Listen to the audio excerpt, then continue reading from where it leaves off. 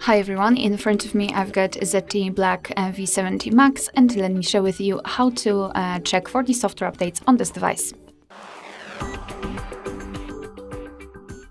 So first of all, make sure that you've got the internet connection because it is required. You can use Wi-Fi or mobile data, and then let's enter the settings. Here we have to scroll down to the very bottom and find System and Update, and as you can see at the very top we've got this option System Update, so let's tap on it. Your device okay, we will have to set the permissions, so let me just do it quickly. Okay, let's go back. And let me enter System Update again. So as you can see, your device is right now checking for the updates, and basically you can meet two different scenarios, two different results. This is the first one where your software is up to date and there's nothing to download, so you're all set up and everything is all right. And the second one is where your device will actually find the update.